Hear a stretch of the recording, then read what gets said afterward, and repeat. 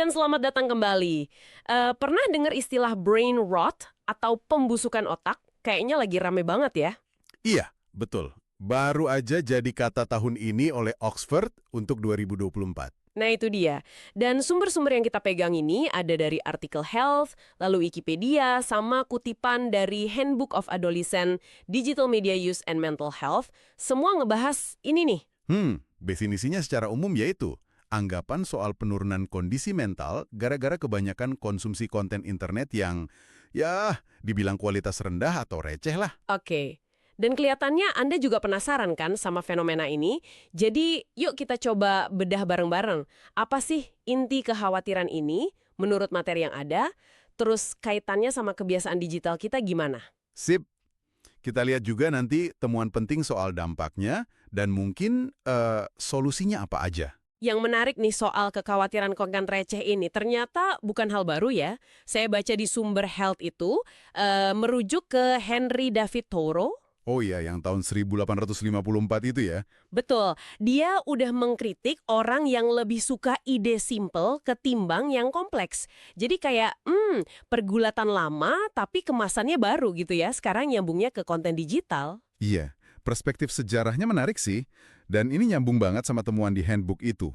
Buku itu kan bilang, media digital, apalagi medsos, udah jadi kayak panggung utama kehidupan remaja sekarang. Terus gimana katanya?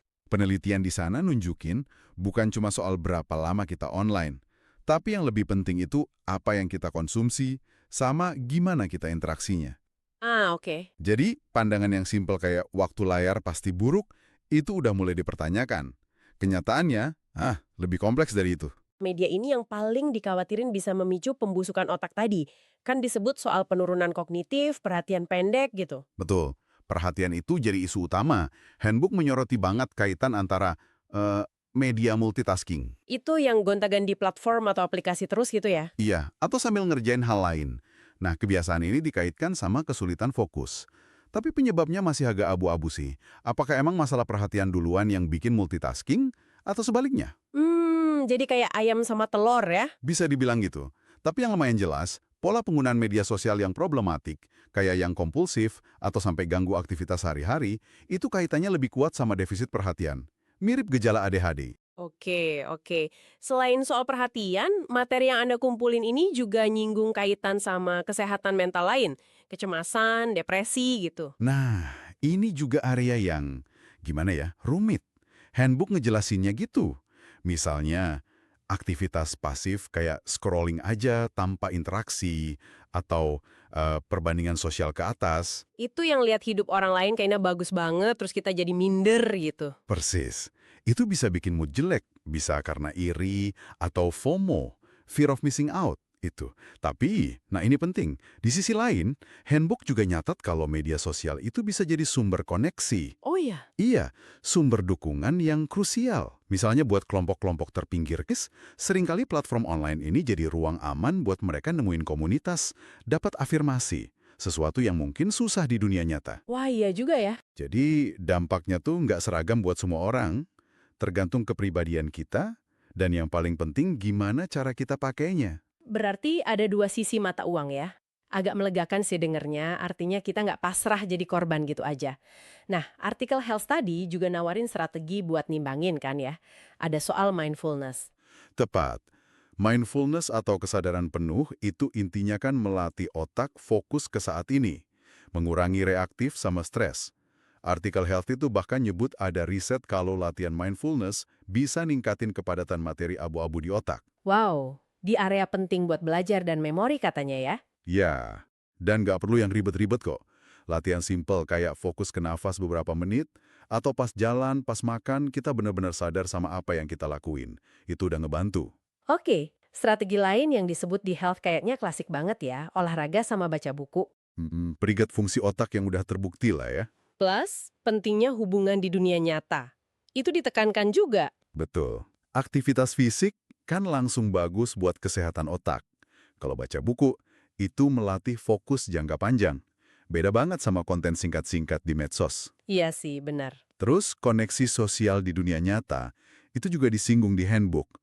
Itu fondasi penting buat ketahanan mental. Bisa jadi penawar kalau kita kebanyakan scrolling sampai ngerasa kesepian. Dan satu lagi nih yang muncul di mana-mana.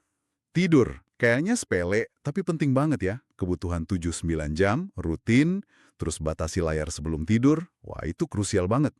Handbook secara spesifik ngebahas gimana penggunaan media sebelum tidur itu bisa bikin kita tidurnya lebih malam, kualitasnya turun. Karena cahaya biru itu ya. Itu salah satunya, ganggu jam biologis.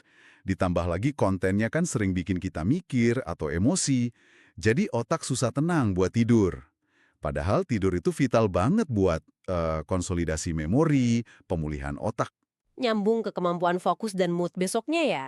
Persis, ini semua saling terkait. Oke, jadi jelas ya, istilah pembusukan otak ini mungkin bukan diagnosis medis resmi, tapi kayaknya nangkep kekhawatiran yang valid, yang didukung riset juga soal gimana kebiasaan digital kita bisa ngaruh ke fokus, mood, sampai tidur.